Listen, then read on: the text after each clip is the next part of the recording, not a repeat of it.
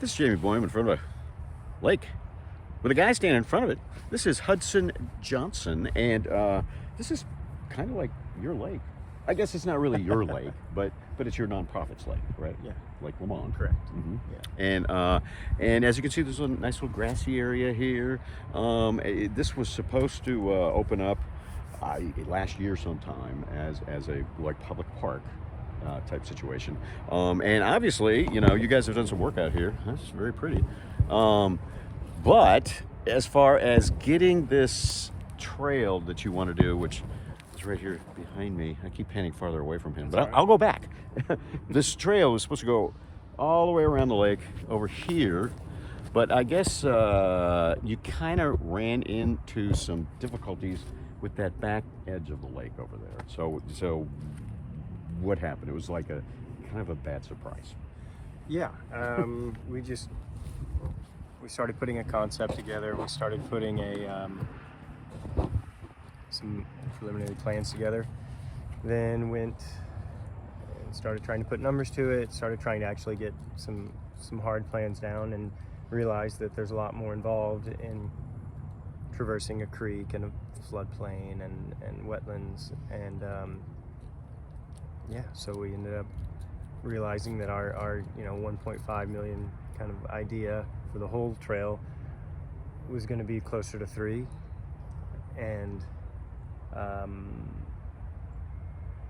so you just had to retool, basically. Yeah. You were explaining to me some of the issues, and this is part of the city's drainage system. Yeah, and that's where the problem is. Yeah, Harris Creek collects runoff from pretty much all of Pine Tree. There's Grace Creek and Harris Creek, and then a couple of branches that feed into those.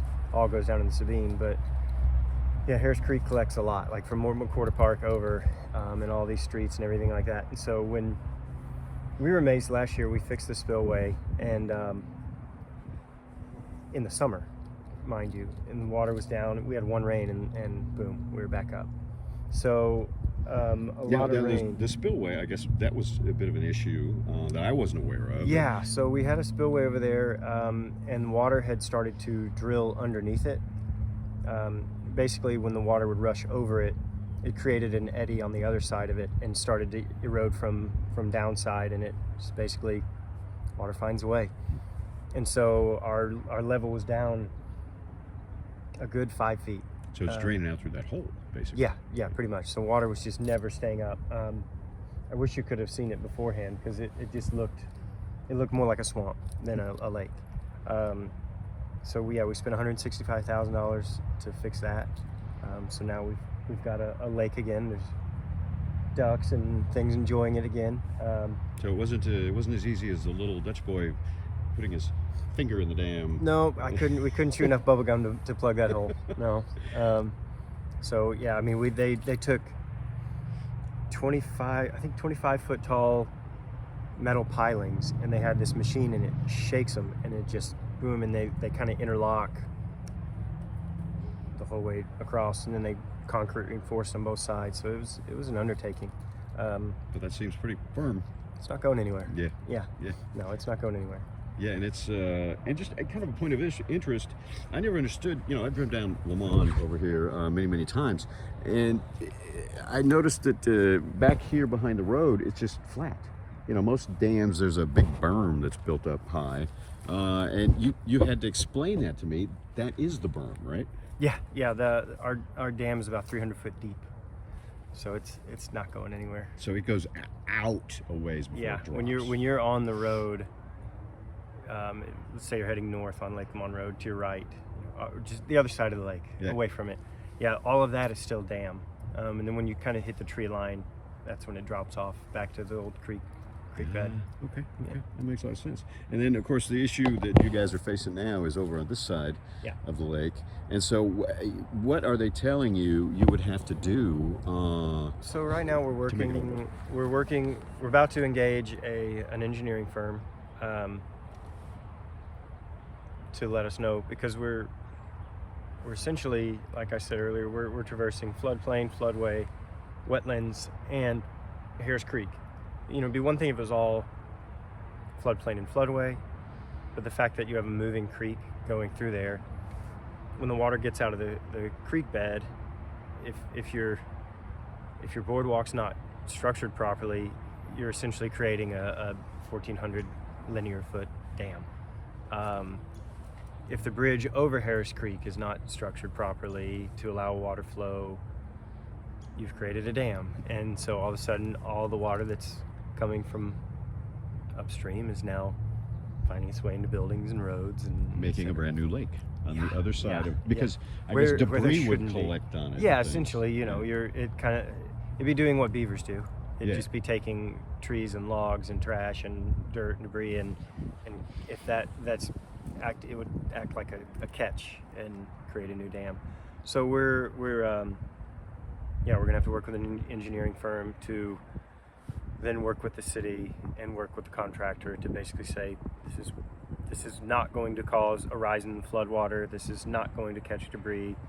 This is how it needs to be built. Because that would pretty much flood Highway 80, really, and then all these businesses over here. Yeah. We'd be looking at a pretty nasty issue. And then the problem with that is if that all of a sudden bursts, and then you have a deluge of water, I don't know, whatever word. Yeah.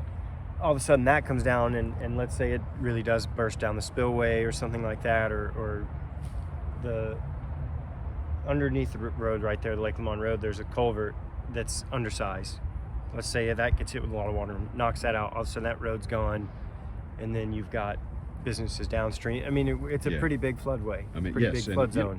Floodplain back there, but it stops at some point, Yeah, and then it goes into to Grace Creek though, and so all of a sudden Grace Creek's inundated with water, and you've got, you know, where Cotton and 63 or McCann Road meet, that whole place is going to be swamp. So you just kind of keep running it just a chain. So we got to do it right. Yeah, obviously you can't make any mistakes on this one. I mean, no. So you just had to kind of backpedal. You said you were several steps in, you felt like.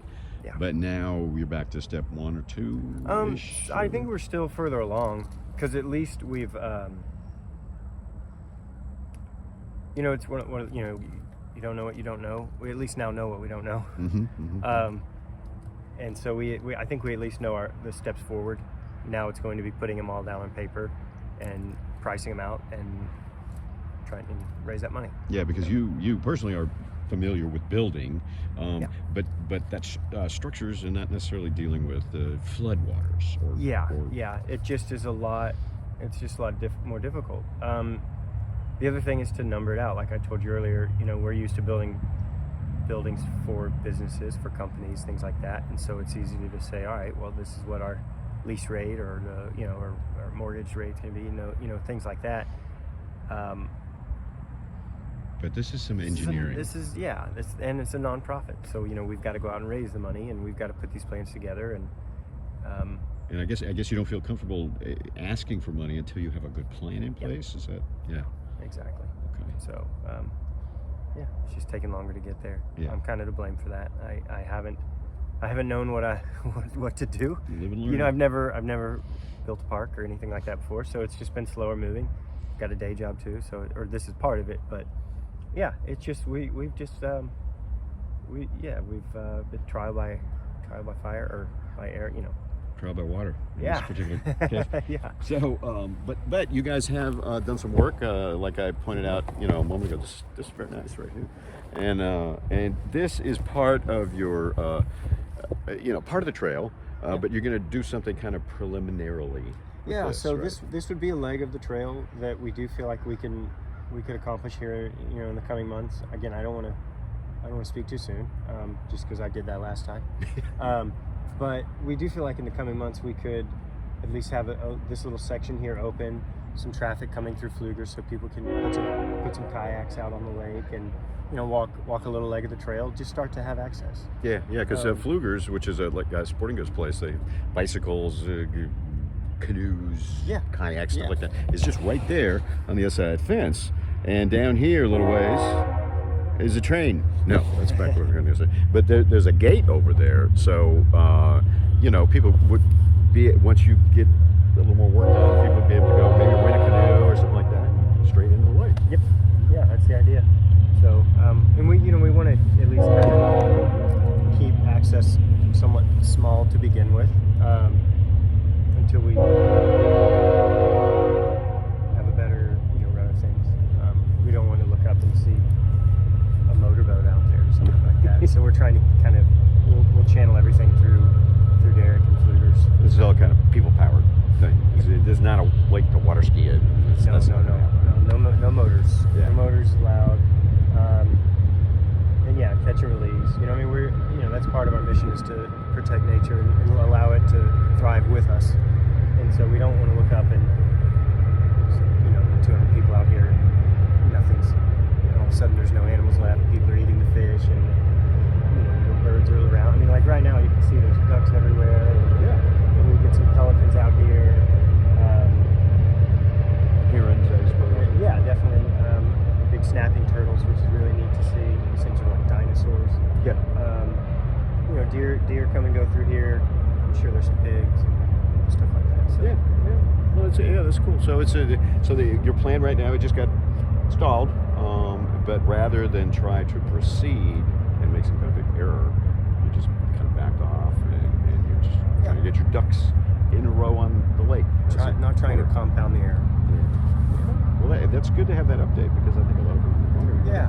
So it's not open to the public like anytime soon, but you hesitate to say it's 3 months away. I mean, because you have to work some things out. We've got a bid to build a dock, and we've got a bid to do some gravel.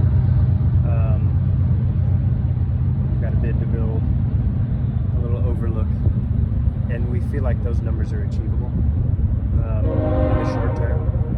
And so I think from there, we'll if our group decides to pull the trigger on any or all of those things, we'll start to get that built, and then we'll start working through logistics with Derek to start to try and have some limited access. That's over Flugers. And so you're basically looking at like a horseshoe type situation, or just a couple of trails, one on each side. For now, it would just be a little leg, just a little down and back kind of a Okay. thing. And, And, up here then.